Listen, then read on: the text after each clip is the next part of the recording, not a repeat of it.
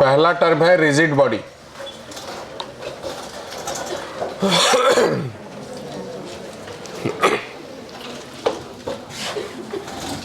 किसी भी शेप का कोई बॉडी के कोई भी दो पॉइंट को पकड़ लें, मान लीजिए पॉइंट P है, ये पॉइंट Q है, इसके बीच का डिस्टेंस है D, और अगर मैं इस बॉडी के ऊपर कोई फोर्स लगाऊं और फोर्स के लगाने के बाद ये डिस्टेंस नहीं बदले, कांस्टेंट रहे, तो फिर ऐसे ऑब्जेक्ट को कहते हैं हम लोग रिजिड बॉडी। जैसे कि मान लीजिए ये मोबाइल फोन है, मोबाइल फोन में एक पॉइंट और दो पॉइंट, इस दोनों पॉइंट के बीच में जो डिस्टेंस है, डायगोनल डिस्टेंस है, अगर मैं इसे फोर्स लगाऊं तो वो चेंज होता हुआ नज़र नहीं आ रहा है, तो इसीलिए इसे हम क्या मान लेंगे, रिजिड बॉडी मान लेंगे। लेकिन अगर मैं इसमें से फ़ोन निकाल लूं और अगर कवर की बात करूं तो ये दोनों पॉइंट, डायगोनल पॉइंट के बीच का जो डिस्टेंस है, इस पर फोर्स लगाने पे बदल जाएगा। अब ये डिस्टेंस ज़्यादा था, अभी फोर्स लगा दिया मैंने इसके ऊपर, डिस्टेंस कम हो गए, हुए ना कम, इसका मतलब ये रिजिड बॉडी नहीं है। वैसे तो यूनिवर्स में ऐसा कोई भी ऑब्जेक्ट नहीं है जो पूरी तरीके से 100% रिजिड हो, लेकिन सभी सॉलिड मटेरियल्स, जो सॉलिड होता है और जिसके बीच का डिस्टेंस हमको बदलता हुआ नज़र नहीं आए, ऐसे नॉर्मल तरीके से खुली आंखों से, वैसे बॉडी को हम लोग रिजिड बॉडी मान लेते हैं। पर वो सब भी पार्शियल रिजिड बॉडी है, आइडियल रिजिड बॉडी एग्जिस्ट नहीं करता है। जैसे ही डिस्टेंस लगाएंगे तो मतलब फोर्स लगाएंगे तो कुछ ना कुछ डिस्टेंस बदलता ही है। जब हम लोग फोर्स लगाएंगे तो ये डिस्टेंस हमको बदलता हुआ नज़र नहीं आएगा सॉलिड मटेरियल में, लेकिन एटॉमिक लेवल पे थोड़ा सा एटम डिस्टर्ब जरूर होता है, तो डिस्टेंस जो है एटॉमिक लेवल पे चेंज हो जाते हैं। इसीलिए हम लोग कहते हैं कि आइडियल बॉडी कहीं पर एग्जिस्ट नहीं कर रहा है। तो रोटेशनल मोशन में हम लोग रिजिड बॉडी के ही मोशन के बारे में पढ़ने वाले हैं, ठीक है। तो लिखते हैं रिजिड बॉडी के बारे में। पहला point, when the distance between any two point of any body, when distance between any two point of body, any body मत लिखिएगा, when distance between any two point of body cannot be changed by applying force, cannot be changed by applying force, then the object is called rigid body. अगला point लिखेंगे, ideal rigid body not exist in universe, ideal rigid body not exist in our universe, because by applying force distance changes due to atomic disturbance. By applying force, distance changes due to atomic disturbance, due to atomic disturbance.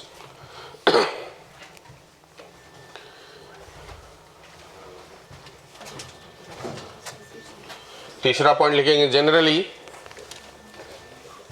generally we consider solid material as rigid body. Generally we consider solid material as rigid body, but उसमें भी सभी solid material को rigid body नहीं consider करेंगे, क्योंकि mobile phone का cover क्या है, सॉलिड है कि लिक्विड, सॉलिड ही है ना, लेकिन बदल रहा है ना डिस्टेंस।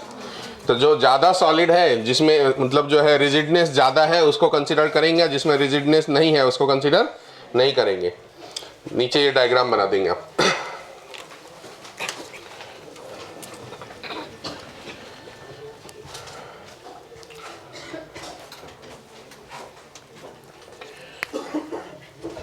बना दिए। जब कोई रिजिड बॉडी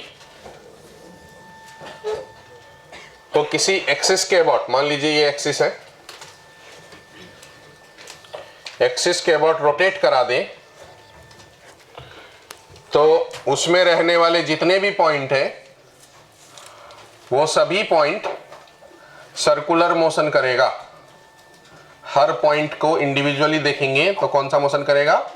सर्कुलर मोशन करेगा। और सभी का ओमेगा सेम होगा, टाइम पीरियड सेम होने वाले हैं। ठीक है, तो अगर ये एक्सिस से डिस्टेंस, ये पॉइंट का एक्सिस से डिस्टेंस r1 कहता हूं, ये दूसरा पॉइंट का एक्सिस से डिस्टेंस r2 कह देता हूं, ये तीसरा पार्टिकल है r3 कह देता हूं, और इस पॉइंट का मास m1, इसका मास m2, इसका मास m3 कंसीडर कर लेता हूं, ये mn है, ये डिस्टेंस को rn कंसीडर कर लिया मैंने।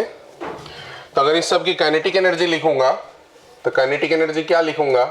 हाफ mv², पहले वाले का m1 v1², दूसरे वाले का m2 v2², इसी तरीके से चलता रहेगा, प्लस हाफ mn vn का स्क्वायर।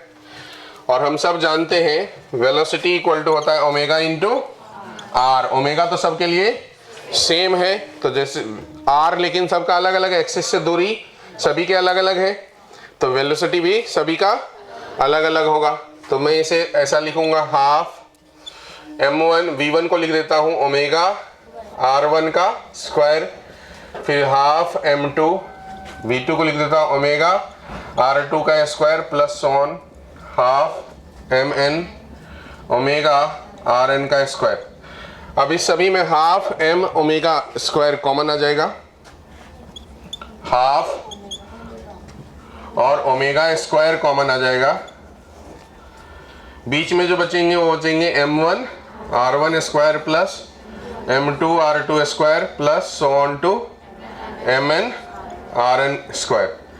ये वाला जो टर्म है रोटेशन की अगर मैं बात करूं तो ये वाला जो टर्म है इसको कहते हैं मोमेंट ऑफ इनर्शिया।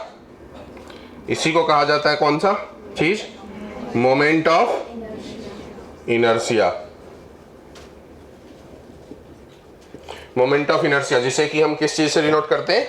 आई से डिनोट करते हैं। तो फॉर्मूला हो जाएगा हाफ आई ओमेगा स्क्वायर, ये हुआ काइनेटिक एनर्जी।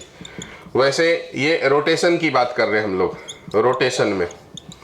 और अगर ट्रांसलेशन में बात करते हैं तो ट्रांसलेशन में काइनेटिक एनर्जी का फॉर्मूला क्या होता है? Half M V square. Translational velocity का के जगह पे इस जगह में क्या आया? Rotational speed. तो इस मास के लीनियर जो मास है, लीनियर मोशन में जो मास है, उस मास की जगह रोटेशन में क्या आया? आई आया। इसका मतलब ये हुआ कि मोमेंट ऑफ इनर्शिया जो है वो मास का एनालॉग है। मास का एनालॉग कहने का मतलब लीनियर मोशन में जो काम मास का है वही काम रोटेशनल मोशन में मोमेंट ऑफ इनर्शिया का है। जो काम लीनियर मोशन में मास का है वही काम रोटेशनल मोशन में मोमेंट ऑफ इनर्शिया का है। तो अगर आप इस बात को लिखेंगे तो बहुत सारे चीजें हैं जो लीनियर मोशन में और रोटेशनल मोशन में रिलेटेड है। रोटेशनल मोशन एक दूसरे का एनालॉग सवाल में आएगा कि कौन इसका एनालॉग है। लीनियर मोशन में जो काम वही काम यहां पर मोमेंट ऑफ इनर्शिया का है। सिमिलरली लीनियर मोशन में जो काम ओमेगा का है वही काम लीनियर मोशन में जो काम v का है वही काम ओमेगा का है एंगुलर मोशन में, रोटेशनल मोशन में। लीनियर मोशन में जो काम डिस्प्लेसमेंट का है वही काम यहां पर एंगुलर मोशन में थीटा का है। सिमिलरली जो काम यहां पर एक्सेलरेशन का है वही काम यहां पर एंगुलर एक्सेलरेशन अल्फा करने वाला है। इसी तरीके से जो काम यहां पर फोर्स का है वो काम रोटेशन में कौन करेगा? टॉर्क करेगा। इसी तरीके से जो काम यहां मोमेंटम का है वही काम यहां पर कौन करेगा? Angular momentum. Angular momentum. तो आपको सवाल अगर आएगा कि कौन किसका एनालॉग है तो अब ध्यान रखिएगा, लीनियर मोशन में जो जो काम इस सब का है उसके करस्पॉन्डिंग रोटेशनल मोशन में ये सब जो है पैरामीटर्स आते हैं। मास के जगह पे कौन आते हैं रोटेशन में? Moment of inertia. डिस्प्लेसमेंट के जगह पे थीटा, एंगुलर डिस्प्लेसमेंट। वेलोसिटी की जगह पे ओमेगा, एंगुलर वेलोसिटी, एक्सेलरेशन की जगह एंगुलर एक्सेलरेशन, फोर्स की जगह टॉर्क, मोमेंटम की जगह एंगुलर मोमेंटम। ये सब एक दूसरे का क्या है? एनालॉग है। लीनियर मोशन और रोटेशनल मोशन में एक दूसरे का रिप्लेसमेंट है, बराबर है। तो ये सब जो रिलेशन को फॉलो करने वाला है, ऑलमोस्ट वैसा ही रिलेशन ये सब भी फॉलो करता है। अब इसमें एक चीज और पूछा जाता है कि इसमें कौन कौन से एक्सियल वेक्टर है। तो आपको ये बात ध्यान रखना, जिस सभी का डायरेक्शन एक्सिस के तरफ होता है वो एक्सियल वेक्टर होते। एक्सियल वेक्टर कौन कौन होते हैं इसमें से? Omega, alpha, torque, angular momentum, ये सभी के सभी एक्सियल वेक्टर। साथ में एरिया, एरिया और थीटा भी। थीटा लेकिन वेक्टर क्वांटिटी सिर्फ तब है जब थीटा स्मॉल चेंज का हो। जब थीटा लार्ज चेंज का हो तो फिर स्केलर क्वांटिटी हो जाता है। जो थीटा जो है वो स्मॉल एंगल के लिए 1 डिग्री 2 डिग्री तक स्मॉल एंगल के लिए ये वेक्टर है, लार्ज एंगल में ये स्केलर है। अगर 30 डिग्री 40 डिग्री का चेंज आ रहा है तो फिर ये स्केलर क्वांटिटी है, स्केलर हो जाता, फिर ये ट्रायंगल एडिशन लॉ को फॉलो नहीं करता। तो इसलिए लार्ज चेंज इन एंगल में जब होगा तो थीटा को क्या बोलेंगे? कौन सा क्वांटिटी? Scalar quantity. आज स्मॉल चेंज इन एंगल की बात करेंगे 1 डिग्री 2 डिग्री का, तो वो क्या कहलाएगा? Vector quantity. ठीक है, तो आप इतनी बातें लिखेंगे क्या?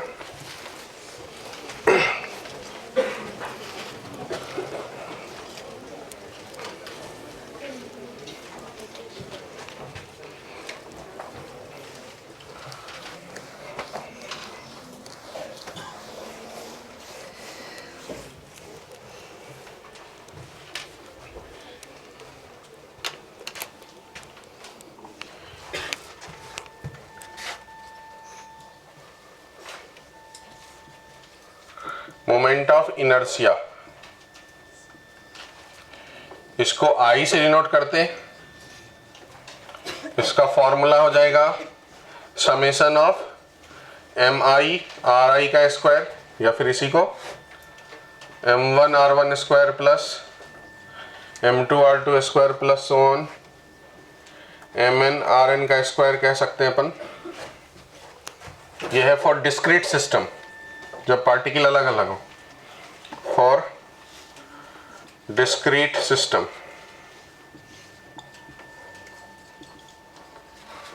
और अगर कंटिन्यूअस सिस्टम है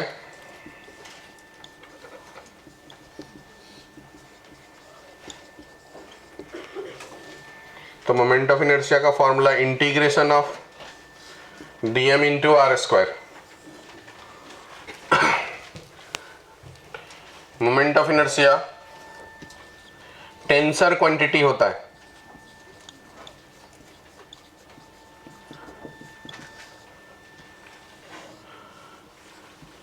इसमें मैग्नीट्यूड भी है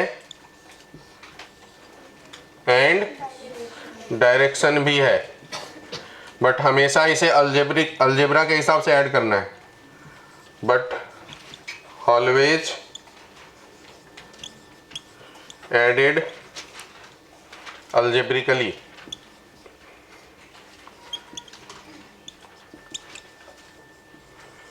ऐसा यूनिट इसका केजी मीटर स्क्वायर हो जाएगा, डायमेंशन ml2 हो जाएगा।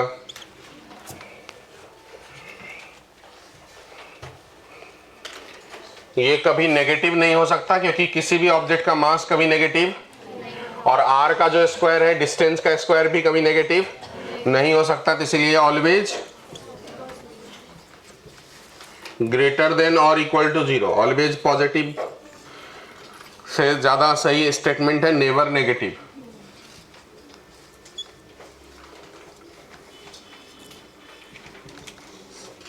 कभी भी नेगेटिव नहीं हो सकता, ऑलवेज ग्रेटर देन और इक्वल टू 0। इक्वल टू 0 कब होगा? जब r 0 हो जाए। पॉइंट पार्टिकल कोई होगा, जब कोई पार्टिकल पॉइंट साइज का होगा तो इसकी रेडियस जो है वो, और इसी के अबाउट अगर निकालना है तो रेडियस 0 हो जाता है, तो मोमेंट ऑफ इनर्शिया 0 हो जाता है।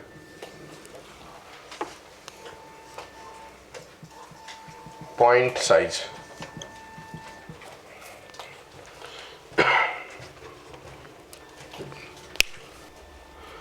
जो टेंसर क्वांटिटी है, तो एक्चुअली में टेंसर में दोनों चीज आता है, स्केलर भी आता है एंड वेक्टर भी आता है। मतलब जैसा आप लोग कभी सेट पढ़े होंगे, यूनियन सेट 1 2 3 4 5, मान लीजिए यूनियन सेट है और उसका सब सेट हो गया 1 2 3 और दूसरा सबसेट हो गया 4। तो ये एक स्केलर मान लो, ये एक वेक्टर है और ये दोनों इसमें आता है। तो जब कोई चीज सॉलिड रूप में नहीं पता चलता हो कि वो स्केलर है या वेक्टर है, स्केलर का डेफिनेशन क्या है? स्केलर का डेफिनेशन है जो क्वांटिटी के पास मैग्नीट्यूड हो, डायरेक्शन, वो स्केलर है। और वेक्टर का डेफिनेशन ये है कि जो क्वांटिटी के पास मैग्नीट्यूड हो, डायरेक्शन हो और ट्रायंगल एडिशन लॉ को फॉलो करे, वो वेक्टर है। तो जो पूरी तरीके से वेक्टर के डेफिनेशंस के साथ फिट नहीं बैठता और पूरी तरीके से स्केलर के डेफिनेशन के साथ भी फिट नहीं बैठता है, उसे हम लोग टेंसर कहते हैं। यूनियन सेट, जैसे ये 5, ना वो ए है ना बी है, लेकिन वो यूनियन सेट है। ठीक है, तो जो नंबर 5 है वो ए में भी नहीं आ रहा है, बी में भी नहीं आ रहा है, लेकिन वो यूनियन सेट है। तो टेंसर जो है स्केलर वेक्टर का यूनियन सेट है। तो जब यहाँ पर कोई चीज यहाँ पर क्लियर ना हो कि स्केलर बोल सकते हैं कि वेक्टर, तो हम उसे कह देते हैं टेंसर।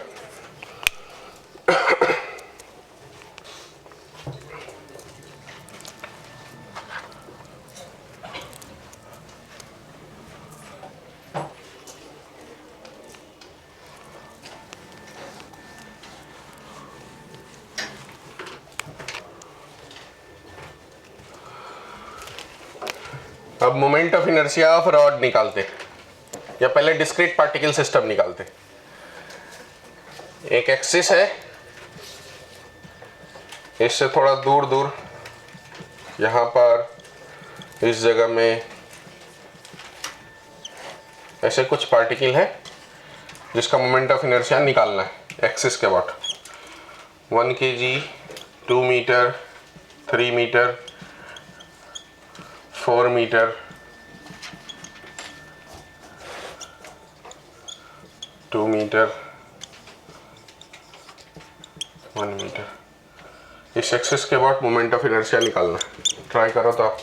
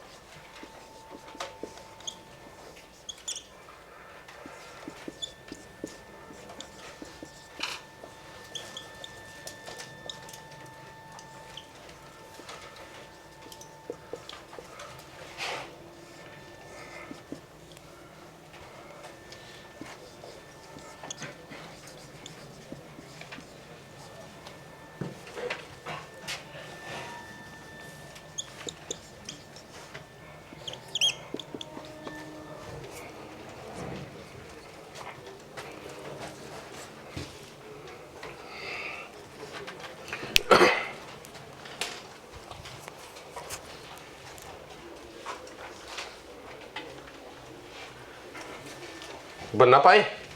एक मैं बना देता हूं जिन लोगों को नहीं आता उनके लिए।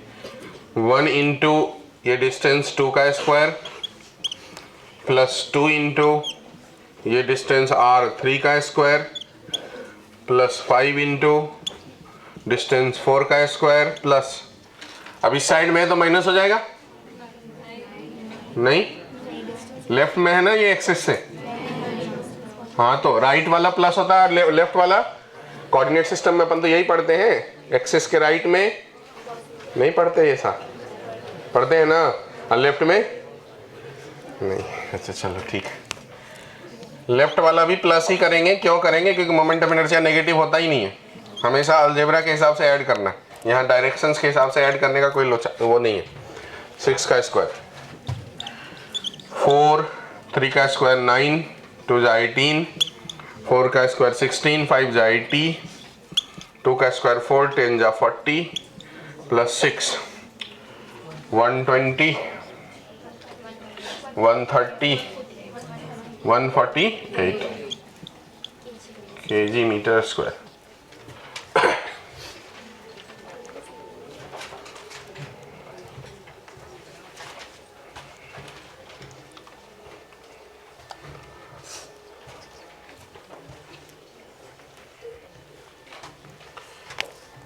इसके m into a square plus m into 4a square plus m into 9a square 14ma square.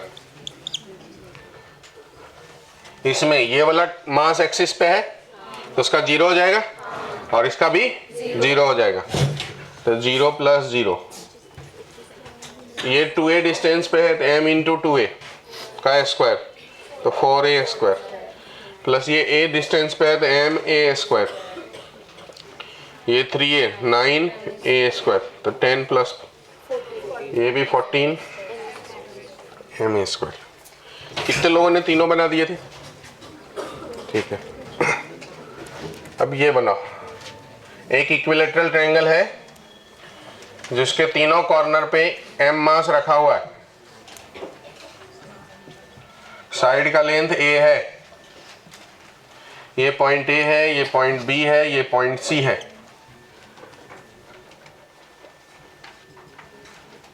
ये पॉइंट D है।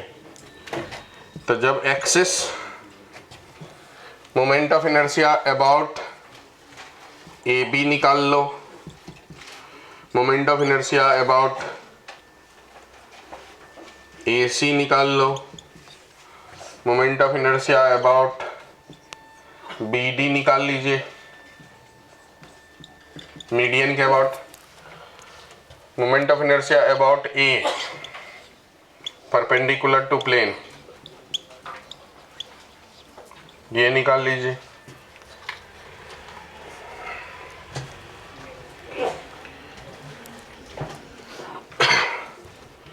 यहीं पर एक लाइन ऐसा ड्रॉ कर दे रहा हूं, तो moment of inertia about AY निकाल लीजिए।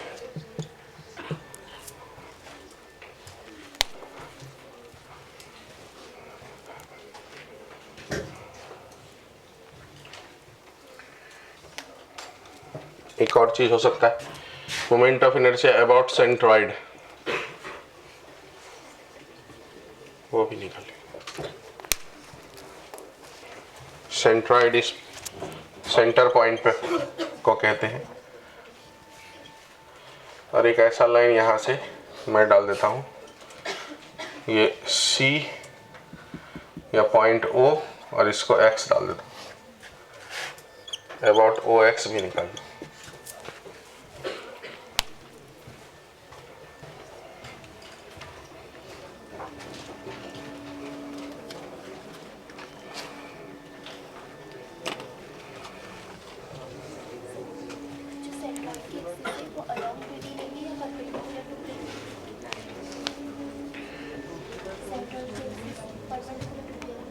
परपेंडिकुलर लेंगे,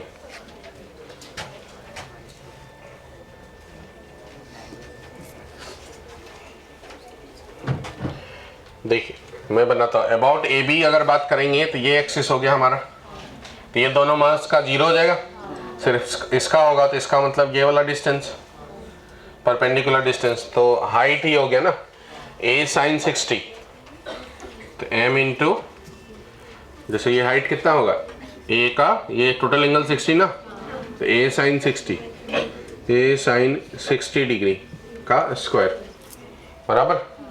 यही इसमें भी सेम होगा, AB और AC का sin 60 बोले तो √3a/2, तो 3ma स्क्वायर बाय 4।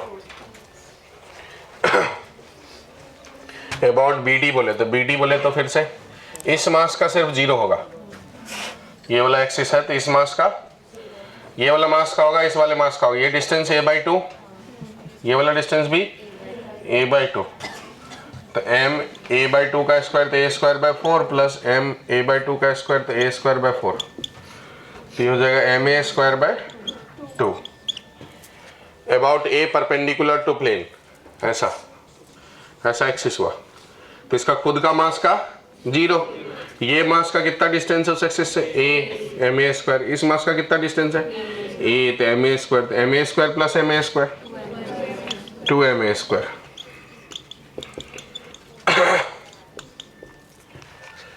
अब बोला अबाउट ए बाय ये वाला एक्सिस, इस मास का 0, ये कितना दूर है यहाँ से, ए, तो एम ए स्क्वायर प्लस ये कितना दूर है यहाँ से, ए बाई 2, जितना ये वाला डिस्टेंस है उतना ही ये वाला डिस्टेंस होगा, तो एम ए स्क्वायर बाय 4, तो ये हो जाएगा 5 एम ए स्क्वायर बाय 4।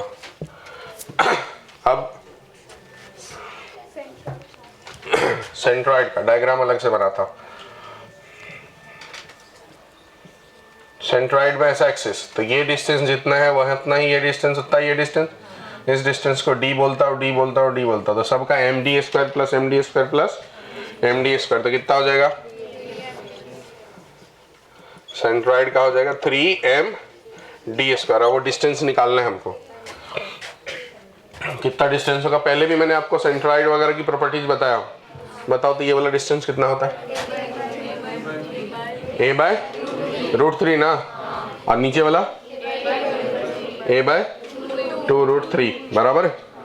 ये जो टोटल डिस्टेंस है यहाँ से लेके यहाँ तक a sin 60 √3 a बाई 2, उसका 2 हिस्सा ऊपर है और 1 हिस्सा नीचे, ऐसा 2:1 के रेशियो में बढ़ता है नहीं है, ये ऊपर का 2 नीचे का, तो मतलब 3x की वैल्यू हो गई √3 a बाई 2, तो x की वैल्यू कितनी, √3 a बाई 2, 3 2 जा 6, तो 2x की वैल्यू कितनी, √3 a इंटू 2 बाई 6, तो ये कितना हो गया, √3 a बाय 3, फिर से वो कैंसिल हो जाएगा, a बाय √3, तो ऊपर वाला हो गया a बाय √3, नीचे वाला a बाय 2√3, तो a बाय √3, तो ये बोलेंगे 3m a बाय √3 का स्क्वायर, तो √3 का स्क्वायर 3 कैंसिल हो जाएगा, तो क्या हो जाएगा एम ए स्क्वायर।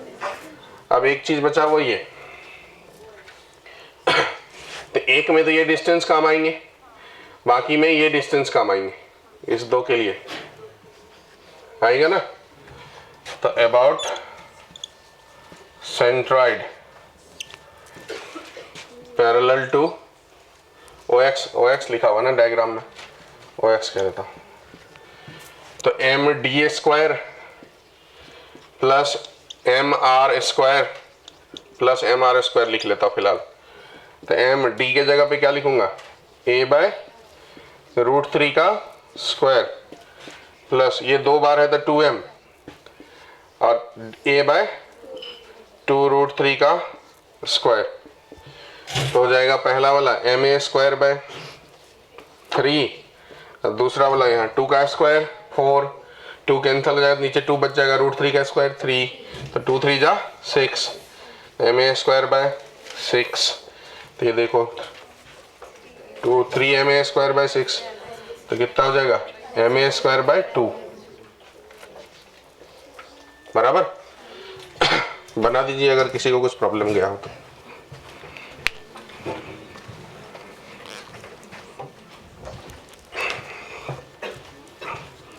जिनका ये बन गया वो ये स्क्वायर का निकाले, सभी कॉर्नर पे m मास है,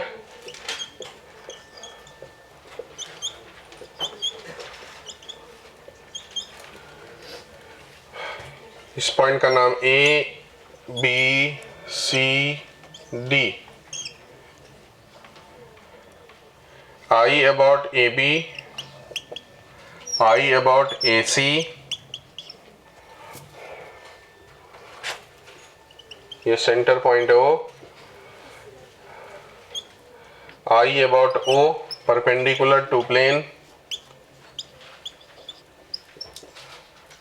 I about O, X,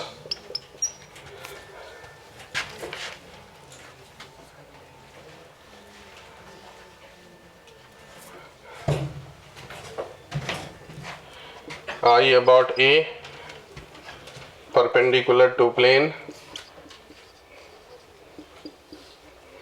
I about A parallel to diagonal.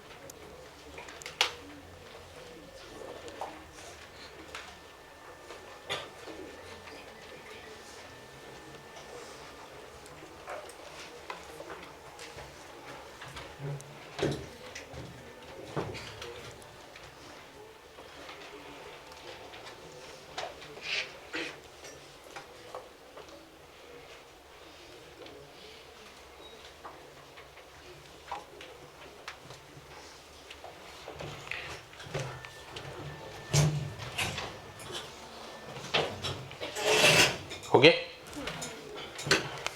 देखिए अबाउट ए बी तो सिंपल हो गया 2ma स्क्वायर।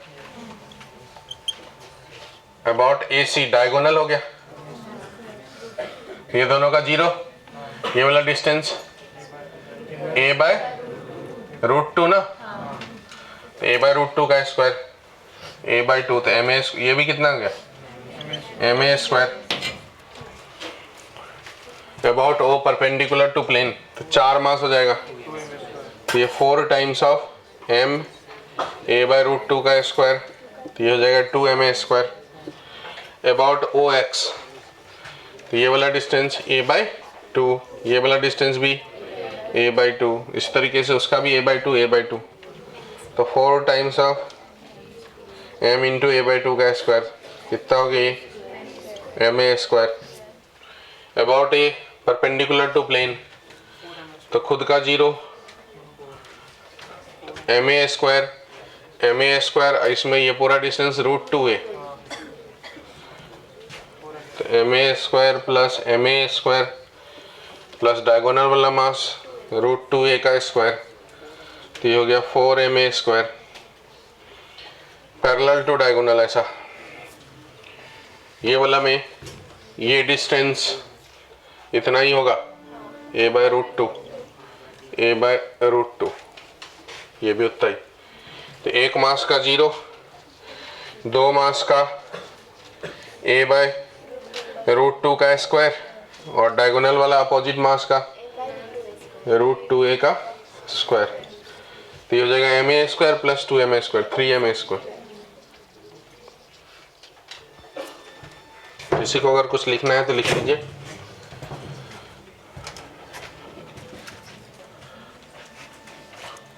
ये रेगुलर हेक्सागोन है, इसके सभी कॉर्नर पे सेम मास रखा हुआ है, साइड का लेंथ a है, ये वाला एक्सिस के अबाउट बताना है, इसके अबाउट मोमेंट ऑफ इनर्शिया बताना है, इसके अबाउट भी मोमेंट ऑफ इनर्शिया बताना, इसके अबाउट भी मोमेंट ऑफ इनर्शिया बताना,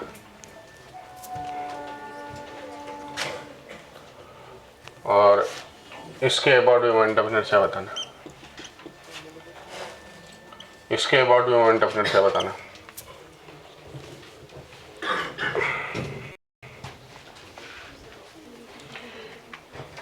बार बार यहाँ दो सिंबल यूज होने वाला, डॉट और क्रॉस। डॉट का मतलब परपेंडिकुलर टू प्लेन, और इसका मतलब भी परपेंडिकुलर टू प्लेन, पर यह है इनटू द प्लेन अंदर की तरफ, और यह है आउट ऑफ प्लेन, बाहर की तरफ।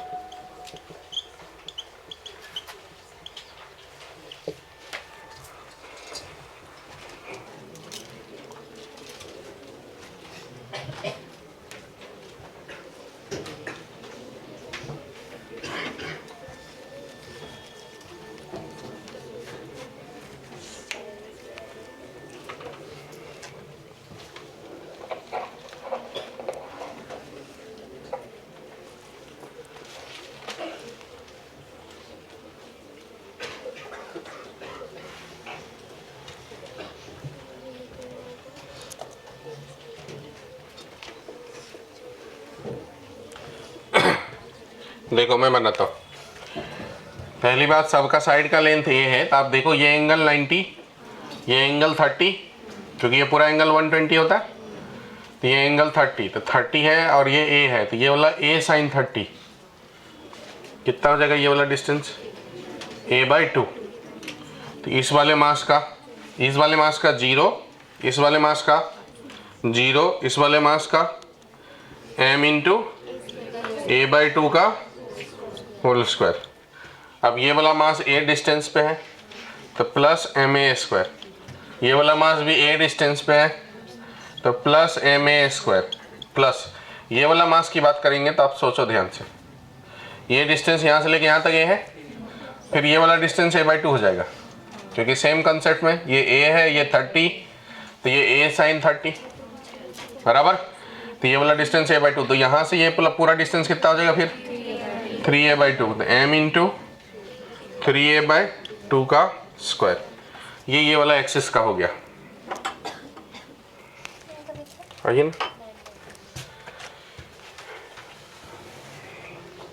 अब इस एक्सिस की बात करेंगे।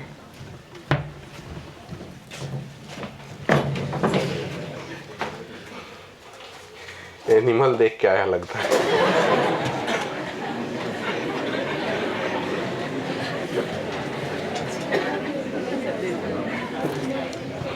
देखो आप ध्यान से, इस एक्सिस के अबाउट इस मास का 0, ये मास का 0, तो ये दोनों मास का, इस मास के लिए ये डिस्टेंस यूज होगा, इस मास के लिए भी ये डिस्टेंस यूज होगा।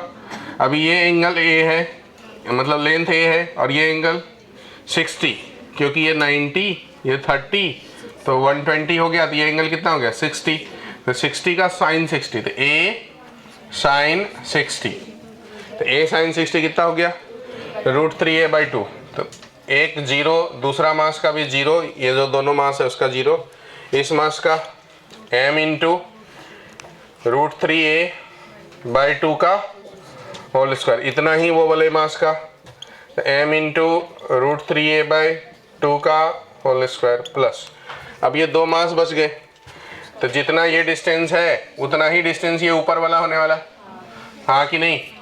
तो a साइन 60 का डबल कितना, m इंटू 2a साइन 60 √3/2 का स्क्वायर, और इसी तरीके से फिर से m इंटू 2 इंटू a √3/2 का स्क्वायर।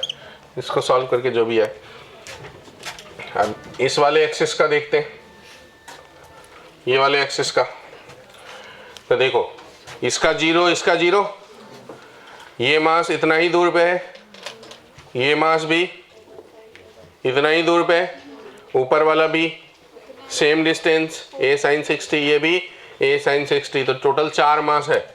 डायरेक्ट लिख दूं 4 times of m into a sine 60 √3a/2 का होल स्क्वायर, इतना निकाल लो। अब दो एक्सिस बचे ना, एक ही बचे, ये वाला इसका भी सेम ही होगा, देखने में भले अलग लग रहा हो। डायग्राम फिर से बना देते।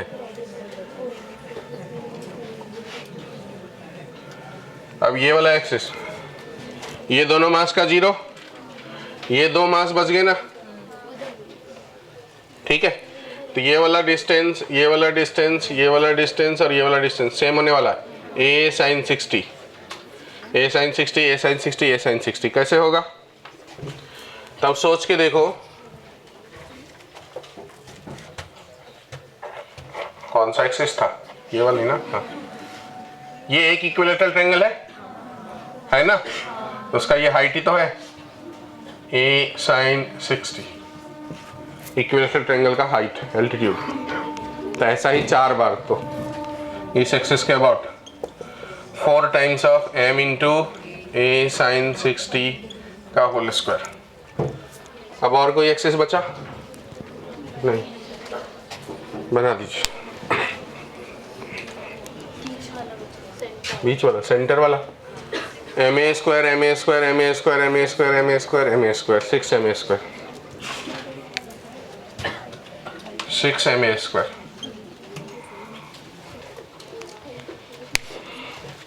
अच्छा, कितने लोगों को मोमेंट ऑफ इनर्शिया निकालने में प्रॉब्लम जा रही है?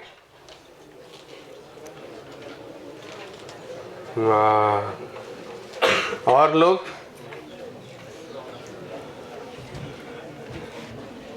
तो डिस्टेंस निकालने में प्रॉब्लम जा रहा है कि एक बाद में कैलकुलेशन में प्रॉब्लम जा रहा है? डिस्टेंस निकालने में। हाँ, तो 9th क्लास नहीं पढ़े होंगे।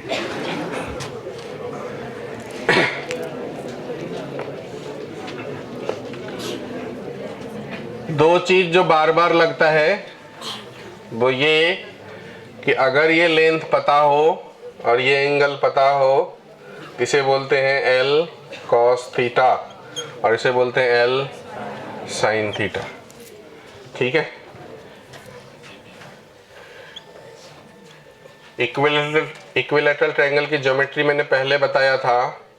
ये हो जाता है √3a/2 और ये हो जाता है a/2। हाँ, मैं भी लगता है एनिमल देख के आया हूँ। जो ये है, जो एल्टीट्यूड है उसको सेंट्रॉइड 2 हिस्सों में बांटता है। तो ये ऊपर वाला a/√3, नीचे वाला a/2√3। रेगुलर हेक्सागोन जो है उसकी प्रॉपर्टीज होती, जिनके पास लिखा हुआ वो लिखना मत, पहले भी हमने ये बता चुके हैं, नया कुछ नहीं है। मैंने सेंटर ऑफ मास बताते वक्त बताया था, बट याद कौन रखता है ये बात। ये 6 बराबर बराबर हिस्सों में बांटता है। तो ये वाला जो हाइट है ये इक्विलेटरल ट्रायंगल ही हो गया। उसी तरीके से ये वाला जो हाइट है वो इक्विलेटरल ट्रायंगल ही हो गया। वैसा ही यहाँ पर ये हाइट और ये हाइट, वैसा ही यहाँ पर ये हाइट और ये हाइट, ये इक्विलेटरल ट्रायंगल का हाइट है, उसी का ये डबल हो जा रहा है बार बार। और अगर हम ये डिस्टेंस की बात कर रहे हैं तो ये A का ये एंगल 30, A ये 60 एंगल है, A cos 60 a/2। उसी तरीके से यहाँ से यहाँ तक का a/2। यही ज्योमेट्री हम बार बार लगा रहे हैं। ठीक है, तो अगर किसी को कुछ लिखना हो तो लिख लेना ये ज्योमेट्री, और जिनको प्रॉब्लम गई वो ये सभी सवाल को फिर से बनाना।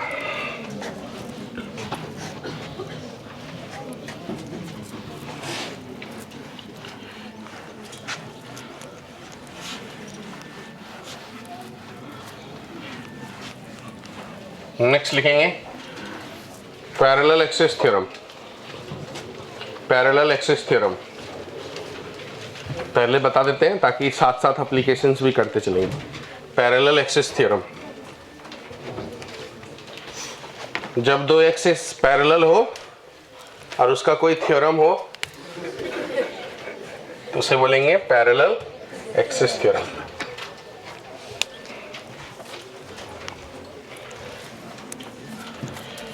कोई भी रिजिड बॉडी में मान लीजिए ये एक एक्सिस है और ये दूसरा एक्सिस है और ये दोनों पैरेलल है और इसके बीच का डिस्टेंस d है और हमको इसका मोमेंट ऑफ इनर्शिया मालूम है I, तो इसका निकाल सकते हैं हम लोग I प्लस md बराबर है ना। ऐसा नहीं है, ऐसा ये है कि ये तभी हम लगा सकते हैं जब ये सेंटर ऑफ मास से पास कर रहा हो। मतलब एक एक्सिस का सेंटर ऑफ मास से पास करना जरूरी है, नेसेसरी कंडीशंस है। कोई भी दो एक्सिस पैरेलल हो तो नहीं लगा सकते। वो दो एक्सिस का पैरेलल होगा जिसमें से एक एक्सिस सेंटर ऑफ मास से पास करेगा, तब जा करके हम ये वाला थ्योरम लगा सकते हैं, द ICM प्लस MD²। तो ये नए वाले एक्सिस के थ्रू जो हमको मोमेंट ऑफ इनर्शिया होगा, इसका प्रूफ मैं नहीं बता रहा हूं। ICM plus MD²। दो एक्सिस अगर आपस में पैरेलल हो जिसमें से एक कहां से पास करे, सेंटर ऑफ मास से। अगर सेंटर ऑफ मास से कोई भी एक एक्सिस पास नहीं कर रहा तो फिर ये थ्योरम नहीं लगा पाएंगे। ठीक है, एक एक्सिस का सेंटर ऑफ मास से पास करना जरूरी है। तो अगर एक सेंटर ऑफ मास के अबाउट पास कर रहा है तो उसके अबाउट जो भी मोमेंट ऑफ इनर्शिया होगा उसे हमने ICM लिखे, और दूसरा जो पैरेलल एक्सिस है वो अगर d डिस्टेंस पे है तो मास जो है रिजिड बॉडी का जितना भी मास हो वो m इंटू d² ऐड कर देंगे, तो वो नए वाले एक्सिस के अबाउट मोमेंट ऑफ इनर्शिया हो जाता है। इसी को क्या कहते हैं हम लोग, पैरेलल एक्सिस थ्योरम। तो लिखेंगे in any rigid body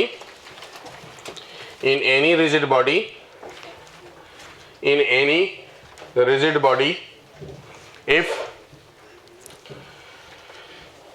two axes are parallel,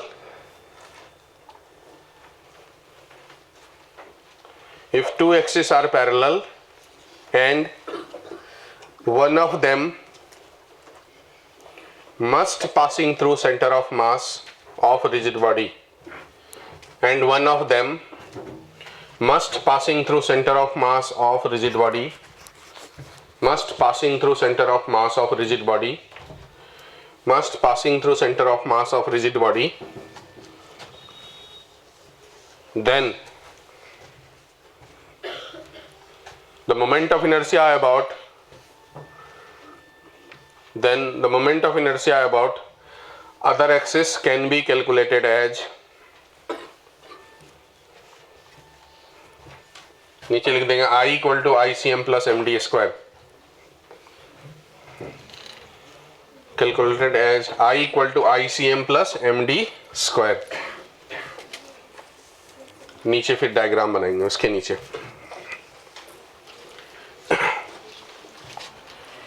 एक एक्सिस का सेंटर ऑफ मास से पास करना जरूरी है। बना दिए, फिर लिखेंगे perpendicular axis theorem.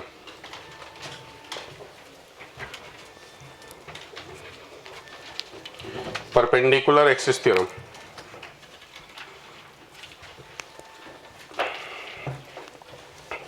Perpendicular axis theorem. Perpendicular axis theorem में ऐसा है कि अगर दो एक्सिस आपस में एक दूसरे पे परपेंडिकुलर हो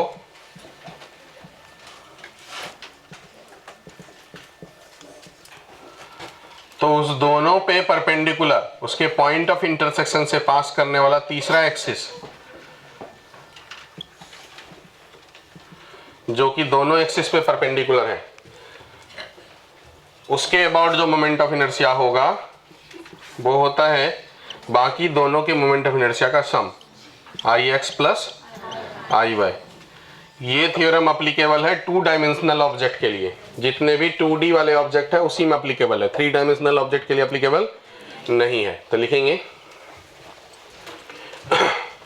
परपेंडिकुलर एक्सिस थ्योरम में, when 3 axes are mutually perpendicular to each other,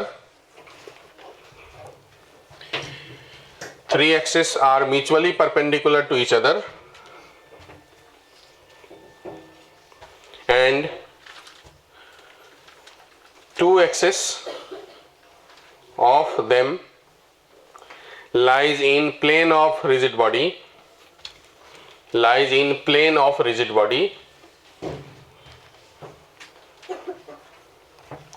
then moment of inertia about third axis is algebraic sum of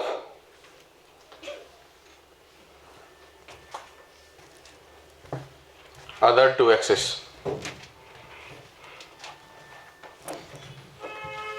नीचे ये डायग्राम बना करके ये लिखेंगे और साथ में लिख दीजिए applicable for 2 dimensional object, applicable for 2 dimensional object.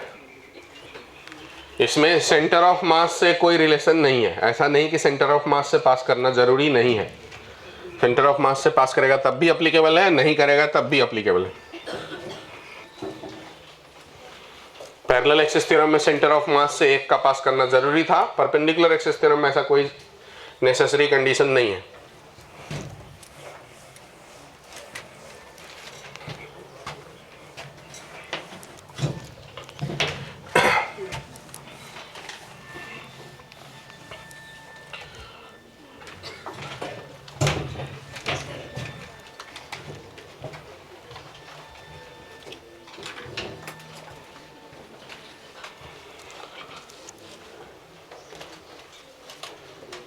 लिख लिए। नेक्स्ट लिखेंगे radius of gyration. Radius of gyration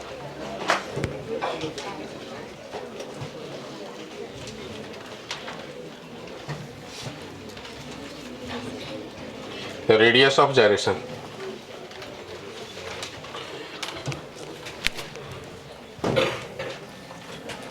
कोई भी बॉडी का किसी भी एक्सिस के अबाउट अगर मोमेंट ऑफ इनर्शिया, मान लो ये ऑब्जेक्ट है जिसका मास m है, ठीक है, मोमेंट ऑफ इनर्शिया ऐसा यहां से लेकर के ये वाला डिस्टेंस जो है वो r है, ऐसा मान लेते हैं। अगर moment of inertia n times of mr² आया है,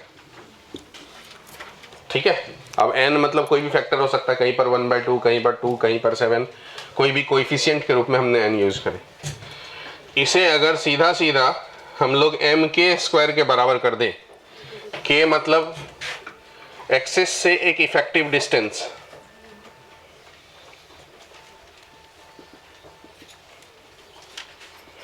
एक्सिस से इफेक्टिव डिस्टेंस, इसके बराबर कर दे तो यहां से हमेशा m और m कैंसिल हो जाएगा और ये जो k आएगा वो आ जाएगा √n into r।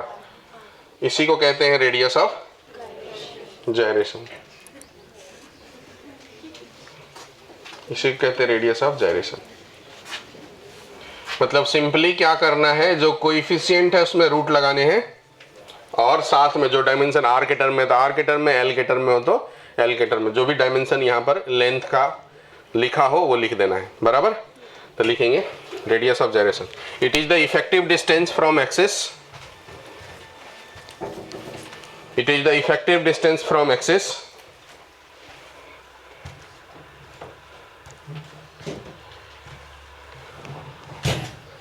if all the mass concentrated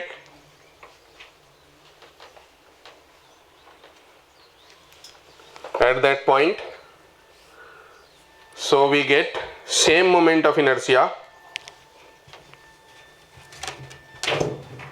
as the real distribution of mass, as the real distribution of mass।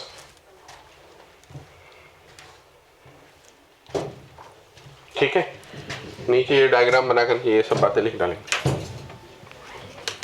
Real में जो मास का डिस्ट्रीब्यूशन है उससे जो मोमेंट ऑफ इनर्शिया एक्चुअली में आएगा उतना ही आना चाहिए उस इफेक्टिव डिस्टेंस पे मास को कंसंट्रेटेड मान के।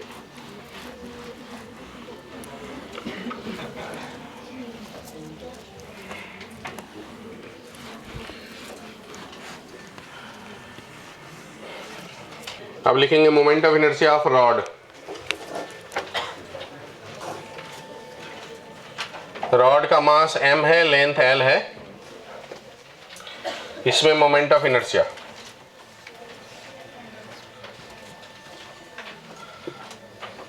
अगर सेंटर से निकालना हो तो ये हो जाता है ml²/12। इंटीग्रेशन करके बताऊं, और अगर यहाँ वन एंड से निकालना है तो ये हो जाता है ml²/3, 6 नहीं, ml²/3। अब इस सिचुएशंस में ये दोनों एक्सिस पैरेलल है जिसमें से एक सेंटर ऑफ मास से पास कर रहा है, तो यहाँ पैरेलल एक्सिस थ्योरम अप्लाई कर सकते हैं। ICM प्लस MD², तो ICM हो गया ml²/12 प्लस m, d हो गया L/2, L/2 का होल स्क्वायर, तो ये हो जाएगा ml²/12 प्लस ml²/4। इसे भी 12 करना है तो नीचे 3 मल्टीप्लाई करते, ऊपर 3 मल्टीप्लाई करते, तो ऊपर में 3ml² प्लस ml², 4 ml²/12, और ये कैंसिल होकर के वही आ गया जो आना चाहिए, ml²/3। ठीक है, ml²/3 बराबर। तो ये हुआ पैरेलल एक्सिस थ्योरम का एप्लीकेशन। रेडियस ऑफ जाइरेशन अगर इसके हिसाब से निकाले तो देखो जो कोएफिशिएंट है उस पर रूट लगाना है, √1/12 इंटू L। इसके अबाउट अगर रेडियस ऑफ जाइरेशन निकालना है तो जो कोएफिशिएंट है उसमें रूट लगाना है इंटू जो लेंथ का डायमेंशन है। ठीक है, ऐसे निकालते रेडियस ऑफ जाइरेशन। नीचे ये बातें लिख डालें और 1-2 आप बनाओ रॉड पे। रॉड है, मास m है, लेंथ L है, एक्सिस इस साइड से L/3 डिस्टेंस पे, या L/3 कम है, L/5 डिस्टेंस पे इसके अबाउट निकालना है। इसके अबाउट भी निकालिए जो यहाँ से L/3 डिस्टेंस पे, इसके अबाउट भी निकालिए जो यहाँ से L/4 डिस्टेंस पे।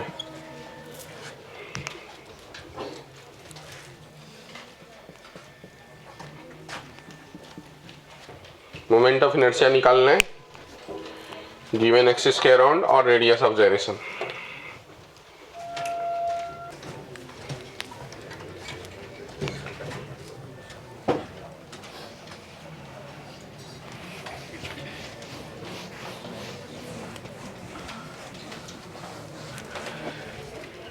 देखिए ये वाला जब निकाल रहे हैं तो ICM प्लस MDA² लगाएंगे,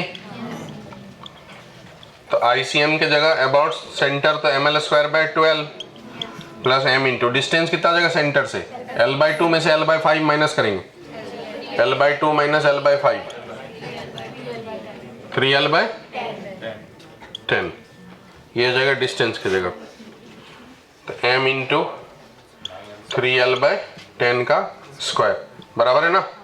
तो ये जगह ml²/12 प्लस 9ml²/100, तो 100 और 12 का LCM कितना हो जाएगा, कुछ ज़्यादा ही हो जाएगा। हाँ, ये टोटल कितना आया बताओ, 13 75 ml²। तो रेडियस ऑफ जाइरेशन इसका क्या आ जाएगा, √13/75 into L।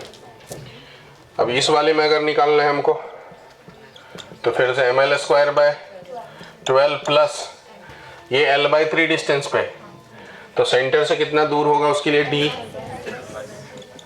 L/2 minus L/3, तो ये हो जाएगा L/6, तो ml²/36 कितना हो गया, 4 ml²/36, ml²/9 ना, तो इसका रेडियस ऑफ जाइरेशन L/3।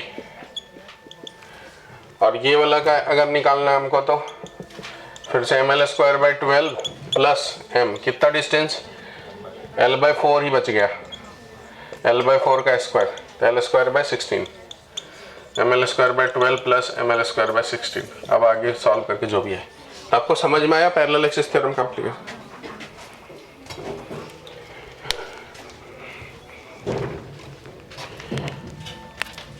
यही रॉड है,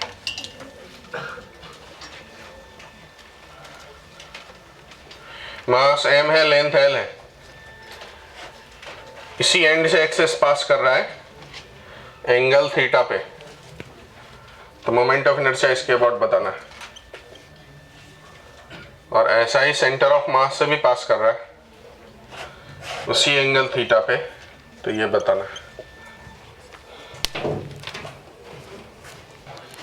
मैं ही लिखता हूं, ये होता है ml²/3 sin² थीटा, और ये होता है ml²/12 साइन स्क्वायर थीटा। ये याद रखना, रट लेना। कैसे आया होगा वो आपको थोड़ा सा फील देता हूँ बस। यहाँ से x दूर पे, ताकि आपको याद रहे बाद में चल करके ये चीज़ें, x डिस्टेंस पे छोटा सा पार्ट हम मानते, तो एक्सिस से परपेंडिकुलर डिस्टेंस हम लोग फॉर्मूला में लगाते हैं ना। तो अगर ये थीटा है तो ये कंपोनेंट क्या हो जाएगा, x साइन थीटा। तो जब भी हम मोमेंट ऑफ इनर्शिया निकालते हैं तो होता है integration of dm into R square. तो आर स्क्वायर की जगह ये dm मतलब लेमडा dx, और वहाँ पर लिखेंगे हम x साइन थीटा का स्क्वायर। बाकी लिमिट वगैरह निकालेंगे तो 1 एंड से ml²/3 आना चाहिए, तो वही आएगा। और साथ में क्या आ जाएगा, साइन स्क्वायर थीटा। ठीक है, उसी तरीके से सेंटर से अगर पास करेगा तो ml²/12 साइन स्क्वायर थीटा। तो बस आपको याद रहे इसलिए मैंने वैसा बताया आपको, बस लेकिन ध्यान ही रहना चाहिए। ऐसे एंगल पे अब एक रेक्टेंगुलर प्लेट है जिसकी लेंथ L है, विड्थ B है।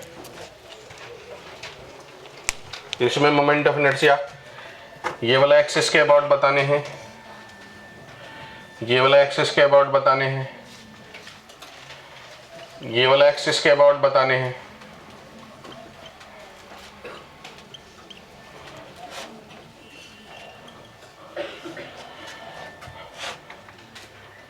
ये वाला एक्सिस के अबाउट बताने हैं। उसी तरीके से ये वाला एक्सिस के अबाउट बताने हैं।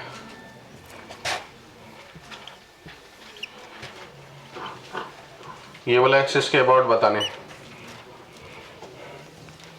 तो रेक्टेंगुलर प्लेट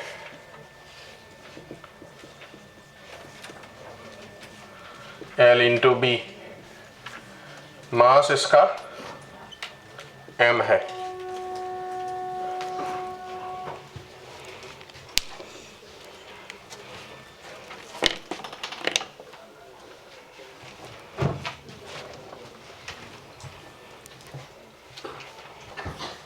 कोई एक रफ पेज देंगे क्या, रफ?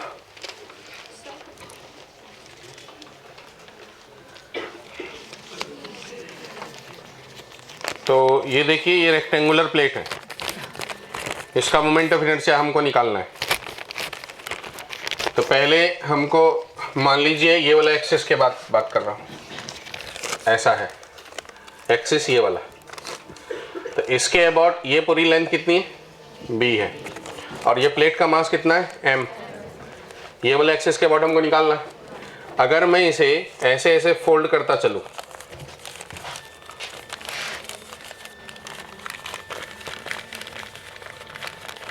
ये पूरा का पूरा एक रॉड हो गया और ये उसका एक्सिस है। हाँ, तब इस रॉड का लेंथ कितना हो गया, और ये कौन सा पॉइंट हुआ, सेंटर। तो क्या होगा, mb²/12।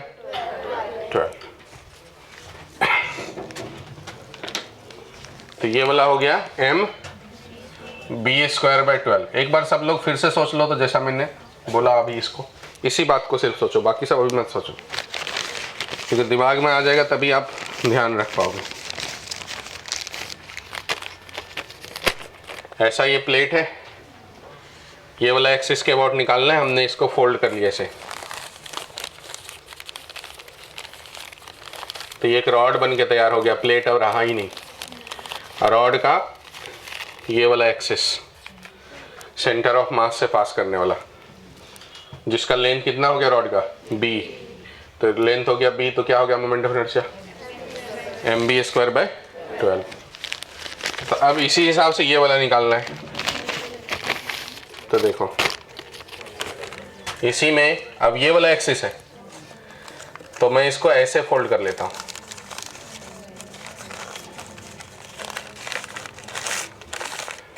अब इस रॉड का लेंथ कितनी हो गई, और ये एक्सिस हो गया ऊपर की तरफ। तो बताओ, ये भी तो सेंटर ऑफ मास से ही पास कर रहे हैं ना। हाँ, तो क्या हो जाएगा, ml²/12। अच्छा, ये जो प्लेट है वो 2 डायमेंशनल है कि 3 डायमेंशनल? अभी तो सिर्फ एक प्लेन मान रहे हैं हम, इसकी थिकनेस को नहीं नज़रअंदाज कर रहे हैं, बराबर। तो 2 डायमेंशनल है, तो ये वाला एक्सिस इस दोनों पे परपेंडिकुलर है ना। हाँ कि नहीं? ये वाला एक्सिस ये वाला पे भी और इस वाले पे परपेंडिकुलर है, तो कौन सा थ्योरम लगा देंगे? तो परपेंडिकुलर एक्सिस थ्योरम से इसका मतलब ये वाला जो एक्सिस के अबाउट मोमेंट ऑफ इनर्शिया होगा वो दोनों का सम हो जाएगा। तो क्या लिखूं इसे? m/12 कॉमन ले लेता हूँ, l² प्लस b²। ठीक है, इसी तरीके से आप ये सोच दो अच्छे से। अब वो वन एंड जैसा हो जाएगा, फोल्ड करेंगे तो वन एंड हो जाएगा।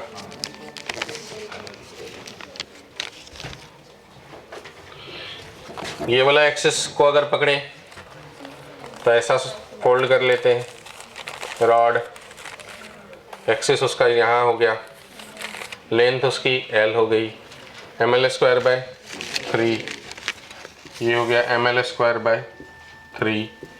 उसी तरीके से इसको करेंगे तो ये हो जाएगा mb²/3, और ये हो जाएगा दोनों पे परपेंडिकुलर है तो m/3 l² प्लस b²। मैंने बोला था कि परपेंडिकुलर एक्सिस थ्योरम के लिए सेंटर ऑफ मास से पास करना कोई ज़रूरी, कहीं से भी हो सकता है, ऑब्जेक्ट 2 डायमेंशनल होना चाहिए बस, और 3 एक्सिस आपस में परपेंडिकुलर होनी चाहिए। यही रेक्टेंगुलर प्लेट की जगह स्क्वायर आएगा तो बी की जगह एल आ जाएंगे। एक बार सब लोग फिर से इसे विजुअलाइज कर लीजिए पूरी चीज़ों को, नहीं तो बाद में ध्यान नहीं रहेगा। पूरी चीज़ों को सब विजुअलाइज करिए, सोच के देखिए कि जैसे जैसे मैंने फोल्ड करा वैसे वैसे आप कर पाएंगे क्या। हो गया?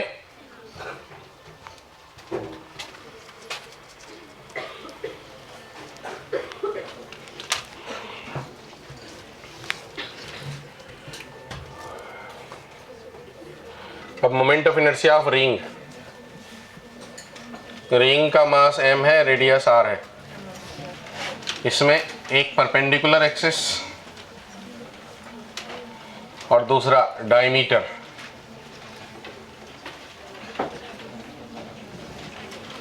तीसरा टेंजेंट,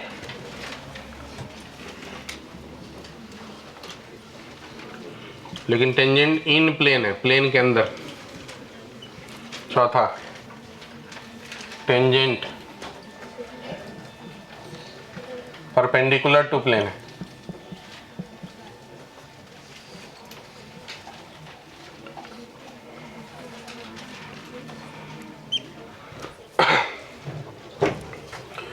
तो ऐसा वाला जो है परपेंडिकुलर टू प्लेन सेंटर से पास करने वाला का होता है mr²।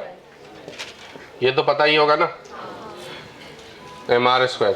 तो जो डायमीटर है, तो डायमीटर ऐसे दो यहाँ कंसीडर कर लेते हैं, एक ये वाला और एक ये वाला। दोनों डायमीटर एक दूसरे पे क्या है, और ये तीसरा वाला एक्सिस उस दोनों पे। इसके अबाउट अगर i होगा तो इसके अबाउट भी हम क्या मानेंगे? अब ये i plus i equal to ये होना चाहिए, परपेंडिकुलर एक्सिस थ्योरम के हिसाब से होना चाहिए ना। देखो i plus i equal to ये वाला, तो इसका मतलब ये mr² किसके बराबर होना चाहिए? 2i के बराबर। तो यहाँ से i कितना हो जाएगा, मतलब डायमीटर के अबाउट जो होगा वो कितना हो जाएगा? mr²/2, about diameter mr²/2। Ring का सेंटर ऑफ मास कहाँ रहता है? सेंटर पे ही है ना, यही है सेंटर ऑफ मास। अब हमको टेंजेंट निकालना है। टेंजेंट दो प्रकार के हो सकते हैं, रिंग के प्लेन में और रिंग पे परपेंडिकुलर हो सकते हैं ना। रिंग है किसी के पास, वो कड़ा टाइप का हाथ में जो गुंडे लोग कुछ ऐसा, ये रिंग है। इसमें टेंजेंट दो प्रकार के हो सकते हैं। ये रिंग का प्लेन है, मतलब पहले ये इसको समझ लो, पहले ये प्लेन में ये वाला एक्सिस था जिसका मोमेंट ऑफ इनर्शिया mr² बराबर। अब डायमीटर तो ऐसा हो गया और दूसरा डायमीटर ऐसा हो गया, तो ये दोनों i plus i equal to mr²। तो उससे हमको i की वैल्यू आ गई mr²/2। ये विजुअलाइज कर लिया आप। अब टेंजेंट दो प्रकार के हो सकते हैं। एक ऐसा टेंजेंट हो सकता है, ऐसा रिंग को टच कर रहा है और perpendicular to plane of the ring है, हाँ। और एक ऐसा टेंजेंट हो सकता है जो रिंग को टच कर रहा है और इन प्लेन है, टच कर रहा है और प्लेन में है, बराबर है। तो दो टेंजेंट हो सकते हैं, परपेंडिकुलर टू प्लेन और इन प्लेन हो सकते हैं ना। तो बताइए परपेंडिकुलर टू प्लेन वाला की अगर मैं बात करूं तो इसको निकालने का प्रयास करूंगा। तो ये और ये दोनों एक्सिस आपस में पैरेलल है या नहीं है? दोनों एक्सिस ऐसा है जिसमें से एक कहां से पास कर रहा है? तो दूसरे के अबाउट निकाल सकते हैं हम लोग कौन सा थ्योरम लगा करके? पैरेलल एक्सिस थ्योरम लगा करके। तो पैरेलल एक्सिस थ्योरम लगा करके अगर दूसरे का निकालेंगे तो ये जो आई है इसका जो आई होगा वो हो जाएगा ICM बोले तो MR² प्लस कितना डिस्टेंस है इसके बीच में? R है ना, तो वो भी MR²। तो कितना हो गया ये? 2MR² हुआ। ये टेंजेंट, लेकिन कौन सा टेंजेंट? परपेंडिकुलर वाला हो गया। अब इन प्लेन में जो टेंजेंट है उसकी बात करते हैं। तो ये दोनों भी आपस में क्या है? पैरेलल है ना, जिसमें से एक कहां से पास कर रहा है?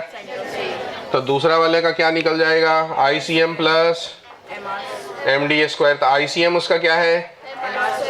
MR²/2 प्लस M इंटू कितना डिस्टेंस दोनों के बीच में? R। तो वो क्या लिखेंगे हम लोग? MR²। तो ये कितना हो जाएगा? 3/2 MR²। ये मोमेंट ऑफ इनर्शिया किसका है? टेंजेंट का। लेकिन कौन सा टेंजेंट? इन प्लेन। प्लेन में जो टेंजेंट है उसका। जम गया क्या बातें? अब अगर रेडियस ऑफ जायरेशन है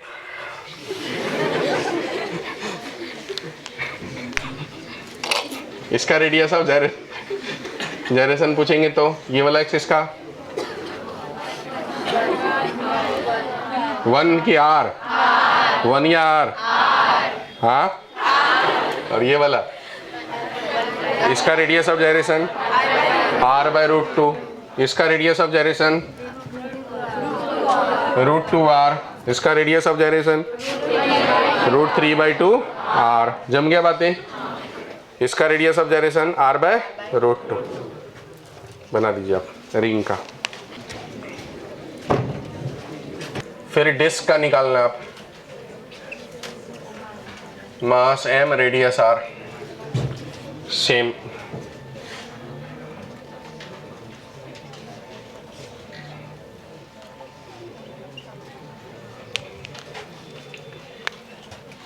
इस एक्सिस के about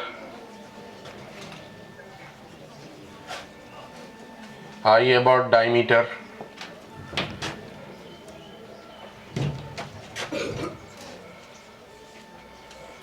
I about tangent, perpendicular to plane,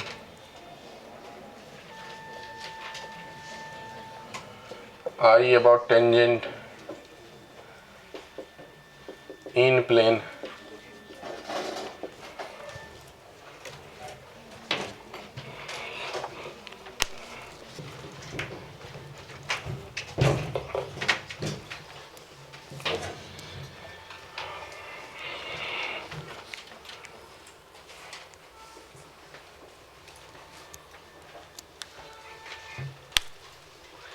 इसमें ये सेंटर से और परपेंडिकुलर टू प्लेन जो होता है वो लिख देता हूँ। ये होता है MR²/2 होता है ना।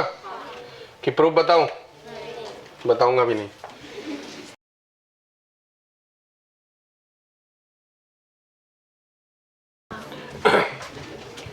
फिर से ये डायमीटर वैसा ही होगा। दो डायमीटर कंसीडर करेंगे, I + I 2I। तो ये हो जाएगा MR²/2 का आधा, MR²/4। फिर टेंजेंट परपेंडिकुलर वाला, तो देखो ये वाला MR²/2 है और ये डिस्टेंस R है, तो प्लस MR²। तो क्या हो जाएगा? 3/2 MR²।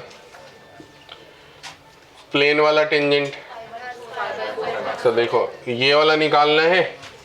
ये वाला हमको पता है, डायमीटर ही तो है नहीं है। तो डायमीटर का हमको पता है कितना? MR²/4। सेंटर ऑफ मास से पास कर रहा है, प्लस MR²। तो क्या हो जाएगा? 5/4 MR²। तो इसका रेडियस ऑफ जायरेशन √5/2R। ठीक है, बराबर √5R/2। और इसका R/2, इसका √3/2 इंटू R, बराबर है। इसका R/√2। ये हुआ रेंज का।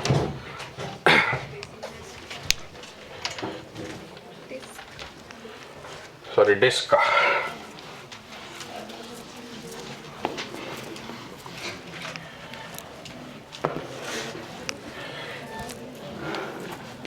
ये रेक्टेंगल की जगह एक स्क्वायर प्लेट का निकाल लीजिए तो आप L इंटू एल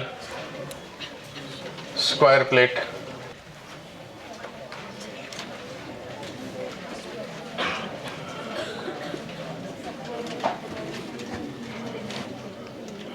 मास m, radius r, length l। इसमें ये वाला एक्सिस के अबाउट हॉलो सिलेंडर बना कैसे होगा?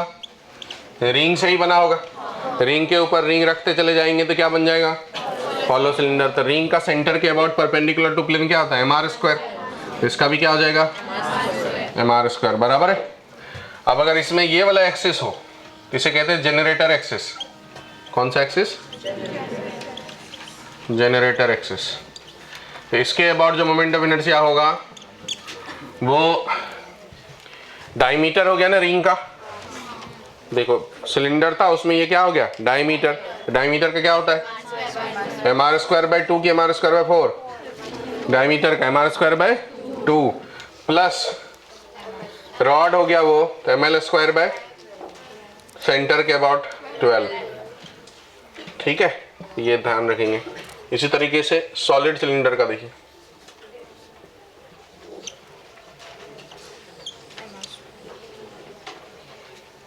ये वाला एक्सिस के अबाउट बताइए, जनरेटर एक्सिस के अबाउट बताइए।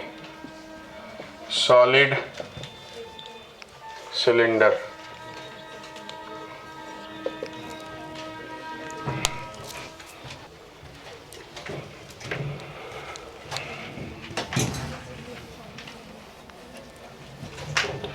तो सॉलिड सिलेंडर में ये वाला हो जाएगा mr स्क्वायर बाय 2 और ये जनरेटर एक्सिस हो जाएगा, लेंथ l है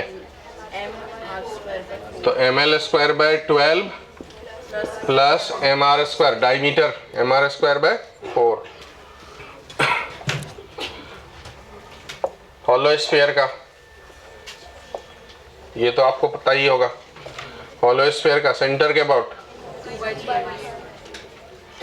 2/3 mr स्क्वायर। और ये वाला एक्सिस का अगर पूछ लिया जाए तो कोई भी पूछे, क्योंकि ये 3 डायमेंशनल ऑब्जेक्ट है ना, तो 3 डायमेंशनल ऑब्जेक्ट है तो जो भी सेंटर से पास कर रहा है वो सबका सेम ही होगा। 2/3 mr square, 2/3 mr square.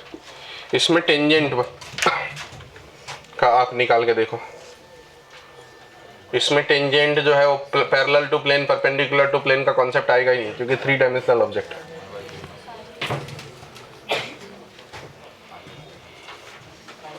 Tangent 2/3 plus 1 5/3 mr square.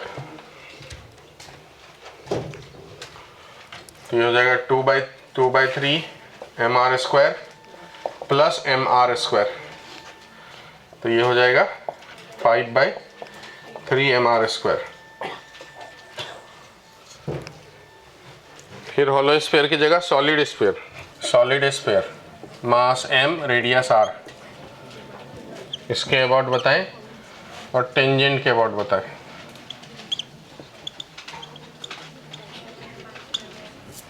ये होता है 2/5 mr स्क्वायर और ये हो जाएगा +1 तो 7/5 mr स्क्वायर।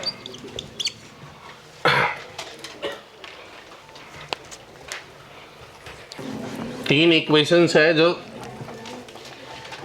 काइनेमेटिक्स का है। v equal to u plus AT, दूसरा v स्क्वायर इक्वल टू, तीसरा s equal to ut plus.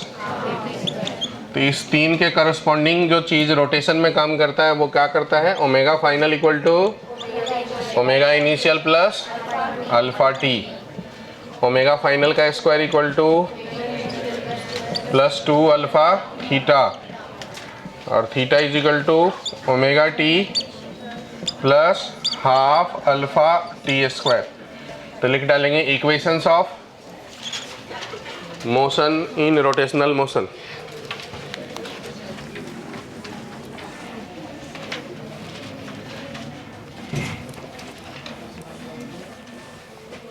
यहाँ पे थीटा का मतलब एंगुलर डिस्प्लेसमेंट, अल्फा का मतलब एंगुलर एक्सेलरेशन, ओमेगा का मतलब एंगुलर स्पीड मतलब एंगुलर वेलोसिटी, टी का मतलब टाइम। दो रिलेशन साथ में और v equal to omega into R और tangential acceleration equal to R into alpha, ये दो और जरूरत पड़ेगी।